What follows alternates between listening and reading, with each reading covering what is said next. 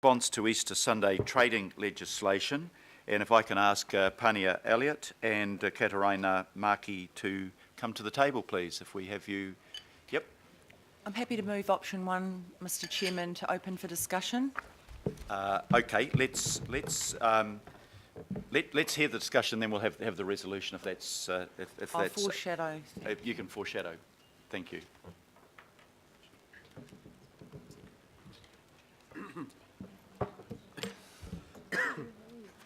Right. Thank you very much. The paper, I think, and the options are pretty clear, but you might like to talk briefly to it. Then we'll move the resolution, and then we'll have questions to you. Thank you, Mr. Chair. So just to recap, just at a high level. Can I get you to move a little closer to your mic? Certainly. Thank you. Sure. Okay. So the purpose of this paper is to seek approval for community engagement to inform a decision on whether or not council should expand shop trading in Auckland on Easter Sunday from 2018.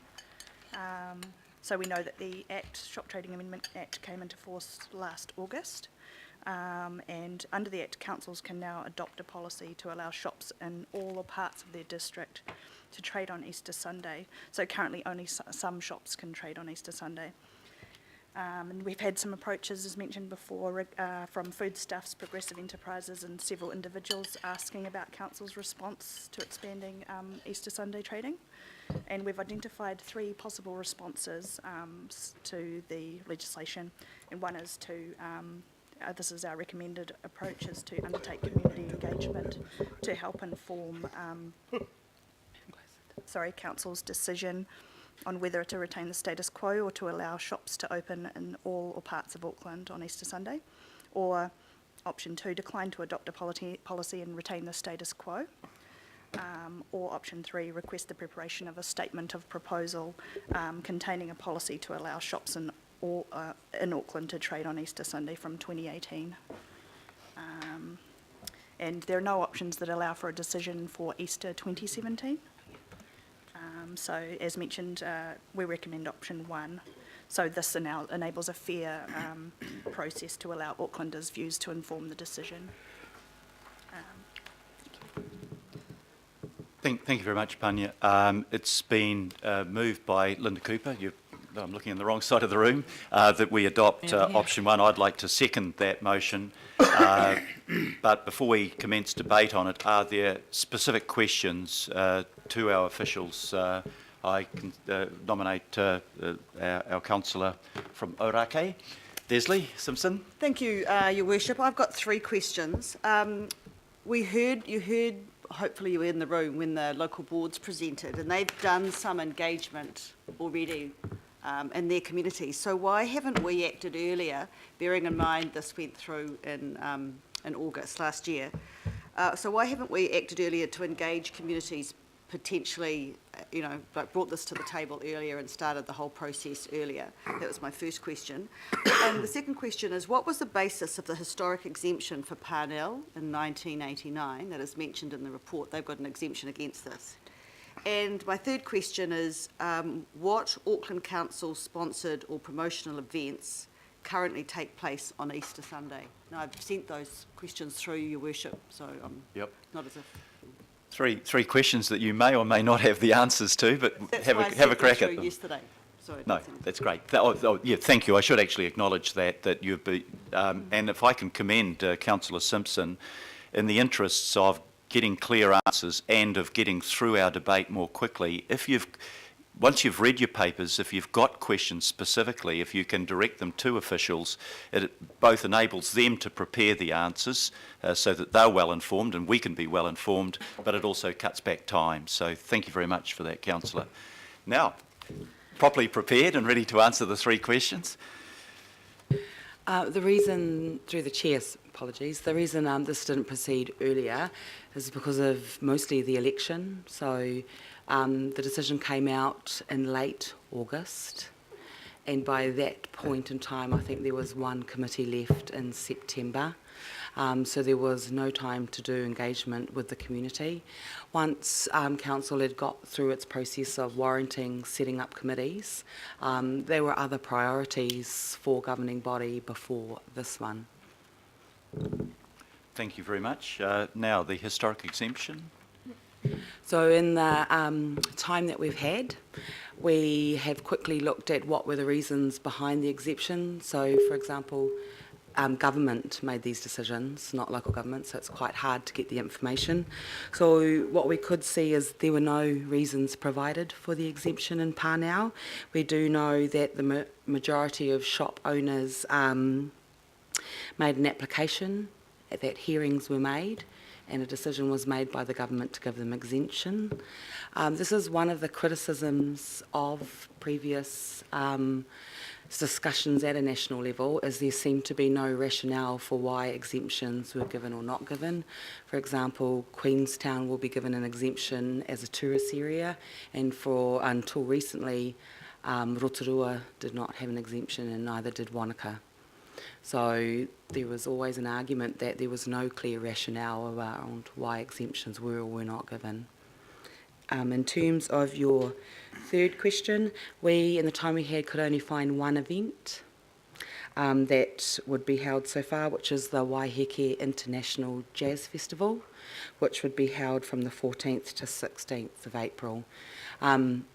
There are other events, though, that of course go on in Easter, not necessarily council events like the Easter show, but they're actually not considered retail. Thank you very much. I can confirm the answer on the exemption. I was in Parliament at the time, and it was done in an ad hoc way, and because it's a conscience vote, any one member could... Extensive lobbying by one Mr Harvey. Yeah, that was also a factor, Councillor Fletcher, as you recall very well. I've got Councillor John Walker. Next question. Thank you. Question is, I want to ask is why it's taking so long to make a decision? Why do we have to wait to 2018 for this decision to be made, whether we go for Sunday trading or not? And surely it must be up to the shopkeepers whether they want to open or not Big Brother here. Through the Chair, the reason for that is that the legislation requires us to use a special consultative procedure. So that's a procedure where this governing body must adopt the policy. So it has to receive the policy, adopt it. That then must go out for a public consultation so that they can make submissions of at least 1 month. And then there must be some deliberations before a final decision is made.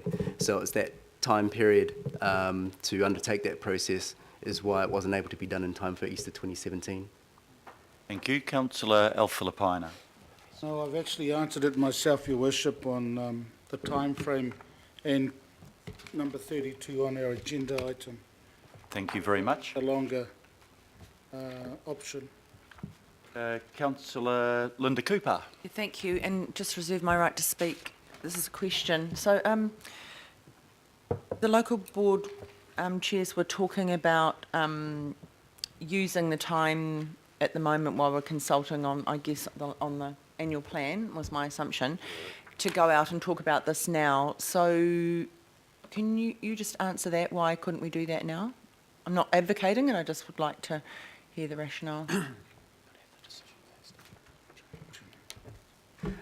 So through the Chair, that's certainly through that process and perhaps even the local board plan process.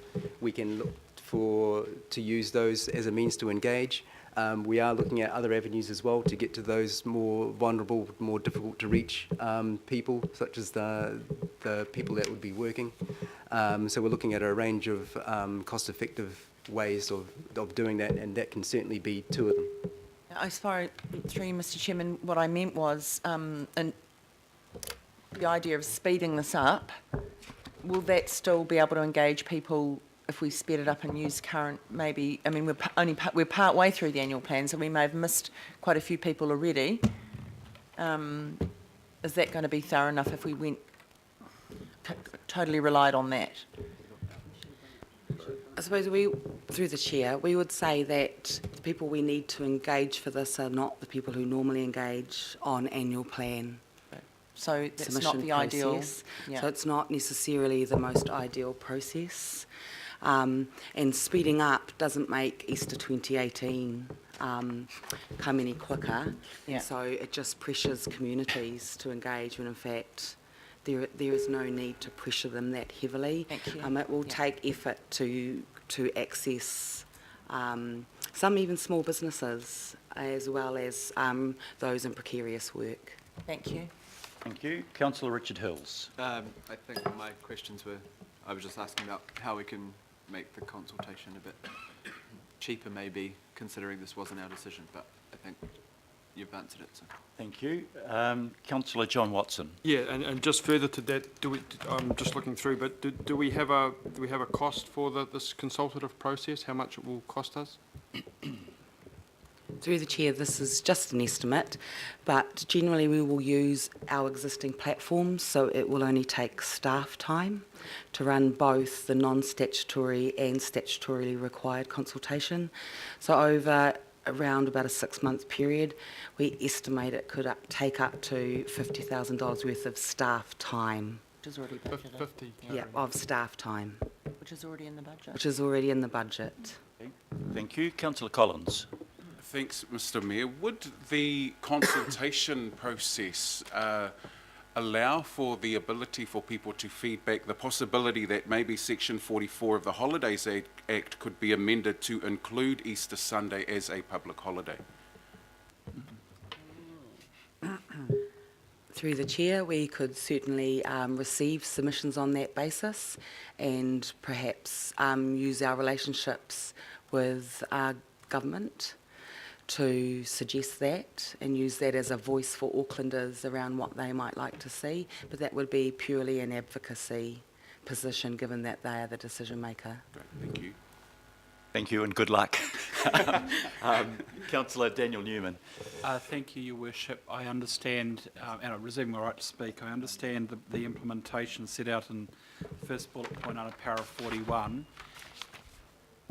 Is there the ability to include the findings of the community engagement that we undertake now as part of the information that will inform the special consultative process? Because what we're going out to consult on is not a special consultative process and there's no statement of proposal. So I'm a little bit concerned that there is a target community that I really want to talk to, but I do want their information to sit alongside the submissions that we get if we do go through a consultative process later on. Yes, through the Chair, certainly that's the main benefit for doing this engagement. It means that when you come to do your special consultative procedure, if you indeed make that decision at that time, it means that all the information you've gathered now or in the next coming months can be an information source for your decision when you're deliberating on the submissions you receive on any policy. My only concern, Mr. Chair, is that we don't have a statement of proposal right now for consultation. We're going through a community engagement, which is a separate thing. But I do want to ensure that the information we do get now has significant weight, notwithstanding the fact that we don't have a statement of proposal. Through the Chair, yes, it can. Okay, thank you. Thank you. Look, let's come now for a general discussion on the proposal. This is not the last word on this debate. There will be, I imagine, a lengthy debate after, if we choose the option 1, after we've had consultation. But some members may want to put on record a view at this point. If we can keep our comments as concise as possible, because there will be another chance for further discussion. So opening it up for discussion. Do we have any councillor that... Councillor Filipaina. Thank you, Your Worship. My preferred option would have been option 2. That would have been my preferred. But if it's going to go to any other option, option 1. Your Worship, your opening remarks when we had this agenda is correct. We've been failed by central government and it's just pointed off to us. And but it is what it is. And we need to go through. So if option 1 is the one that is being that will end up coming out of this, fine. And that's why I read on page 26 the option 1 in the implementation that from April through to the July 2017 is the community engagement, and then in August is the findings of the engagement, and that's when a decision will be made as to whether we stay with option 1 or option 2 or option 3. Now, I know that Councillor Cooper has put in option 1, but as I said earlier, option 2 would have been preferred for me. And that's as a result of the comments made by both the local board chairs. And the one that I really noted was what Le Maunga Lydia Sorsene said, which is protected from a religious perspective. You know, I mean, we've read, there's been a lot of documents being put out and commentary around the reasons for keeping Easter Sunday the way it is. And so from my perspective, now that if we're going to go to option 1, that consultative period is important, especially from April to July and then August the decision. So, Chair, it would have been my preferred option, option 2, but if option 1 is the way to go, well then I just want to ensure that the consultative and community engagement process is a thorough one. Yep. And then the decision in August 2017. Thank you. Thank you very much, Councillor. Obviously, if we pass option 1, it's giving the public the chance to have input, and when we've had that input, we'll come back and we'll face a couple of separate options. It may be 2 and 3, or it may be variations on 3 for parts of Auckland or all of Auckland. The legislation doesn't enable us to say some shops but not other shops, as I recall the legislation.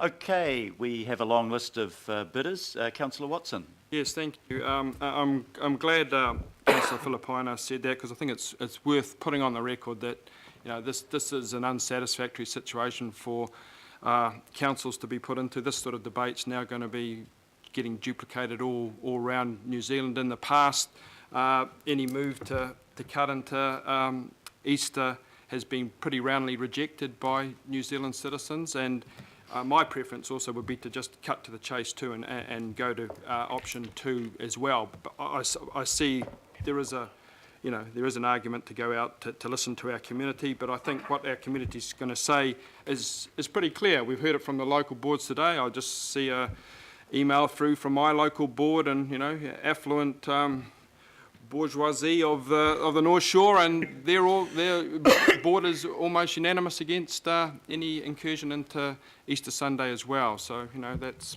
both ends of Auckland there.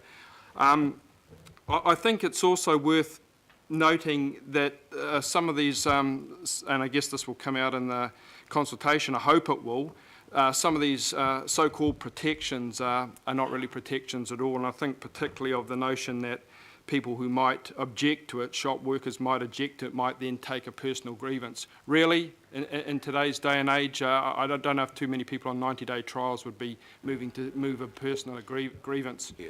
I was in a workforce where people were frightened to take personal grievances even when they were losing their job. So I don't know how someone would make a stand over Easter Sunday. So I don't think that's realistic. That's actually just inviting, really taking advantage of the workers, particularly when they're not even entitled to extra rates. I note also, Mr Mayor, that even the United Kingdom just very recently went down this track. The Conservative Party attempted to introduce the Enterprise Bill, which was going to make a move on Easter holidays, and that was rejected by a backbench revolt from within the Conservative Party itself under the slogan, "Keep Sunday Special," and I think that's what we will hear resoundingly from our communities. But I would just finish by saying that my preference is just to maintain the status quo, but I can see some logic in giving our communities the opportunities to express their views, which they will do, and they will do as they have done in the past. Thank you. Thank you very much. Councillor Linda Cooper. I'll close the debate, Mr Chairman. So did you want to take the other people first? Yep, I'm happy to do it that way. Councillor Richard Hills. Through you, Mr. Mayor. As most people who know me know that I'm not religious, but I personally am opposed to this. I know, working in retail in my earlier life and during school, and hospitality and other things during university, I know that a whole lot of young people and a whole lot of vulnerable workers and a whole lot of workers who have no contact directly with their employer or will have a really hard time saying, look, I'm not going to work Sunday, or even approaching an employer about that. It's also, for me, the fact, I remember Easter being a great time to actually have a break, go away with family, because everyone was off. It was a time that you could just all go together or do something together. And I know that's probably nostalgic or whatever, and not based on any sort of fact. But the whole thing is that it's only 3.5 days a year that we actually have this. And, for me, life is a lot more intense and fast for so many families as it is now. There's no more 40-hour working week. Times are pretty crazy for most. So I think for me it was always an opportunity to have that break in the middle of the year where you could have some time together. I don't see, there's not a massive economic impact of allowing trading on Sundays. It's, people factor it in that 3.5 days a year you've got to be closed. Yes, I support that we go out for consultation. We had 21 people, but also for the fact that I know that the powerful people will be submitting on at large, as we always see, and the people who probably might not even know we're submitting, asking for consultation, might not even know how to access it, and depending on how difficult we make the submissions, or how lengthy the explanations are, as opposed to just a yes, no, which I'd prefer. But, then do we really get the people who are going to be most affected by this? So, yeah, I totally respect the religious part. I know there's communities within my community that are absolutely upset and opposed to this because of religious reasons, but I also think in general that it's, family time for everyone, and it's just a chance to have those 4 days, celebrate something, whether it's something spiritual, religious, or family. So yeah, so I'm kind of, probably will vote for option 1 because of the public, but I prefer just not to do it all. And I think it's going to be more messy for the whole country because of the way the government's done it, left it up to council, sort of cowardly, said, yep, we're doing a job, but we're not really doing it because we're putting it out, and it's going to be so different for every single area around the country. And probably local boards are going to request different exemptions for their areas, which will make it even more confusing. So yeah, I'm a bit disappointed that this is really a distraction and unneeded thing in my perspective. But yeah, Thank you, Councillor. Councillor Desley-Simpson.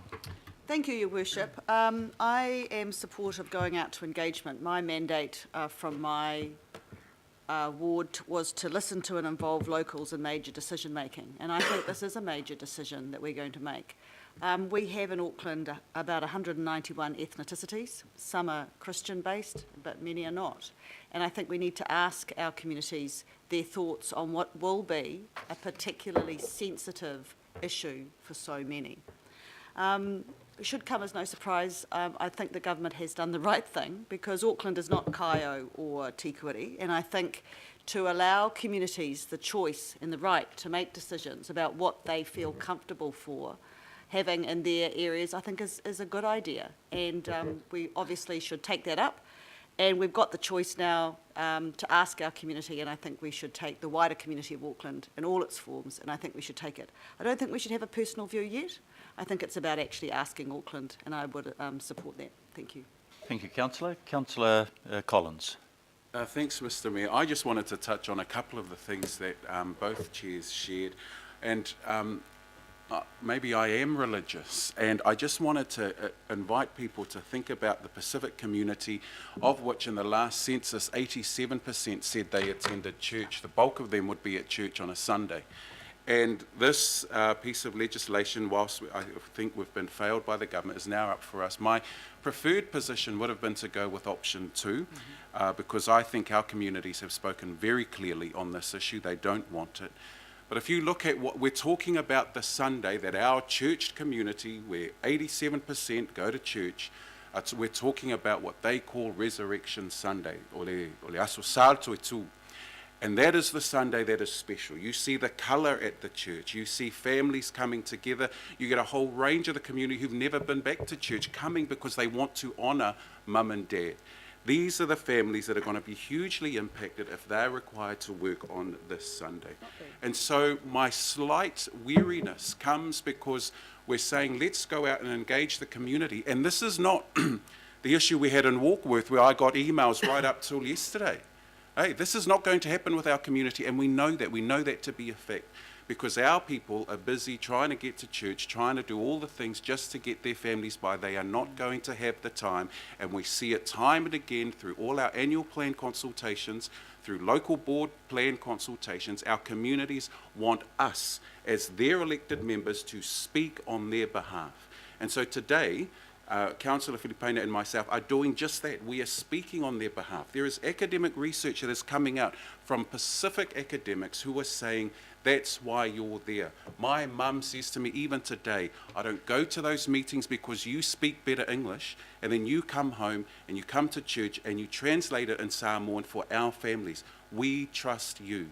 And so the trust that is on Le Maunga, who is a high chief in our community, is to say this is going to highly impact our communities. And so whilst I want to go, whilst I want to be part of the perceived democracy, which is to go out and to ask people, we know that this is the same community that doesn't vote. This is the same community that doesn't give us feedback, and it is not a failure on the part of this community. It is because our ways of engaging them has let them down. So the government have let us down as far as this piece of legislation is concerned, and we in our engagement have let down the communities that make this city vibrant and diverse. And so I'm completely opposed to the idea of this piece of legislation, but I will stand with what the local board chairs have said and say let's go out and engage the community, but we've got to do our damnedest to make sure we get their responses, that we get their voices, and then we don't just cast this wide, odd, abstract blanket of let's go out and consult when we end up with results that reflect the very voting results that we got in the last election. So I'm happy to go out and to consult, but I want the community to know that that's why we're here. We are here to speak on their behalf, and I think the evidence from them, when we're in their churches, when they come and speak to us individually, that they do not want this to proceed. This is a special day for our communities. This is Le Aso Sa Le Toitu. This is the day where we celebrate. This is the day that represents hope, and they don't want to be behind some cash bar serving people at work. They would rather be with their families. And the research is clear that's coming out of TSI, I can pull all of it up, is that we've got so few time, such little time with our families that we need our parents present. So the research is telling us we shouldn't support this. And I want to make it very clear that this is a very dangerous place to be if we're consulting on the guise of being consultative and engaging them, because that's what I think it is in the end. They're not going to participate, but we will do everything we can to make sure their voices are heard. Thanks. Thank you very much, Councillor Daniel Newman. Thank you, Your Worship. I mean, the reason why I asked the question that I did around how do we use the feedback we get through the community engagement under option 1 alongside the submissions process for a special consultative procedure is for precisely the reasons that Councillor Collins articulated so eloquently. The concern is that if we go through a special consultative process after our deliberation in August, that we will do that, that the very good reflections that we will pick up through an engagement get lost when we have the big submitters and the legal counsel come in and present the evidence as to why we should move on removing the prohibition on trading on Easter Sunday. So I'm very keen to ensure that so I'm very, very keen to ensure that we do pick up the information under option 1 and sit it alongside the submissions that we will no doubt get if we do subsequently decide to go through a special consultative process. Your Worship, the one concern that I have is if we go down the path of option 1 and in August we come to a decision whereby we have to make a yes or no decision on a statement of proposal. I've got strong views too, and if my view in August is actually, well, we shouldn't do that because there are compelling reasons, but the majority decide that in fact we should, I don't want to break cover too early and declare my position, because at the end of the special consultative process I'm still required to have an open mind about the submissions, and I'm very nervous because I have quite a strong view. I go to Mass most Sundays if I'm able to, and Easter Sunday is a deeply revered time in the calendar for Christian New Zealanders, but actually even for those who are not people of faith, Easter Sunday is a time of rest and family, and I think that that's important for a much wider constituency than just those of us who do go to church. So I'm happy to go down the path of option one, but I place an absolute premium on the feedback that we get in option one, informing our subsequent deliberations, not only in August, but also to carry through for when that report back does come, if we do go down the SPC process later on, because I don't want the voice of Pacifica to be lost simply because the way in which the CP engagement process works tends to attract a certain constituency of people who will go through that formal hearings exercise. Thank you, Councillor. Maybe I can just put it to our officials, because I think the point that Councillor Collins and Newman have been making is quite an important one. As I read it, we can do our consultation process now. If we decide to adopt a policy of not proceeding or of proceeding, we're then required to go through a second special consultative procedure. And I recall a number of councillors saying, can't we do this together with something else? We seem always to be consulting, it's time consuming and it leads to exhaustion. Is it possible that we could run those procedures together, but taking note of Councillor Collins's point that this needs to be, if it's in line with the legislative requirement, is there enough flexibility in it to make sure we get out to the communities that would not normally be participants in this process? Can you give us some clarification on that point, please? Yes, through you, Your Worship. 2 points I'd like to make. The first one is just to clarify that if you decide to go with option one and we undertake some form of community engagement, when we come back in August for a decision, that decision of the governing body would either be, generally speaking, to keep the status quo, in which case you don't do a special consultative procedure. Okay, thank you. If you decide to adopt a policy to expand Easter Sunday trading, then you do have to go through a special consultative procedure. So I just want to clear up that one. The second one would be that if we could align with another SCP process that we think would be appropriate, that would still get us to a Easter 2018 decision, then we can look at doing that. Okay, no, that clarifies that point well. Thank you very much. Councillor Wayne Walker. Sure. I'd just like to endorse the comments that Afiso made and John Watson and Daniel. I'm particularly concerned around the principles that I see here. And what's happening is we've got government increasingly putting things to us that rightly should be the matter of government. New Zealand is an incredibly small country. It's tiny in international sense, and we risk the situation where we'll have different circumstances from one part of New Zealand to another. It'll be bad enough for New Zealanders, let alone visitors. They won't know what's up, where things are at. The other issue that we have to be pushing back on is the cost. $50,000 that we're expending, and if you put a value on people's time in the community, how much is that? Probably millions. That is what it is. So there are some really bad principles that are happening here.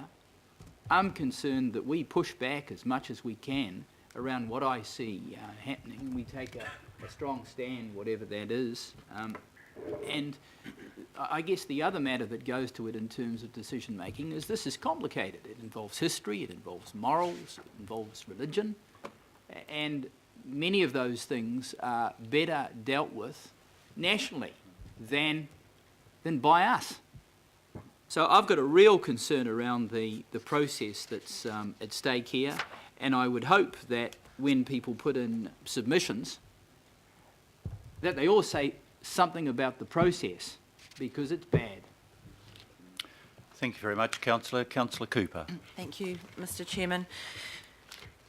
I mean, it seems a bit like it's a kind of an election campaign at the moment with some of the comments. I actually think that going up to consultation, and I mean, at first I thought, oh gosh, we don't want to make this decision, it's quite hard, but I personally didn't come here for an easy ride. I came here to have to make some of the hard decisions on behalf of our communities. And so I actually think that in terms of our communities having to go to select committees and such would actually be much harder for them. I actually think that we're much closer to our communities. I think it's really important that they get a say, and I do hope, and I hope, Councillor Collins and Filipaina, that you help our staff go into the churches and be there with them to help, get them to really engage. I think that's really important. But what we've also got to remember is we've heard from representatives of 3 local boards on behalf of 3 local boards today, but we have 18 others.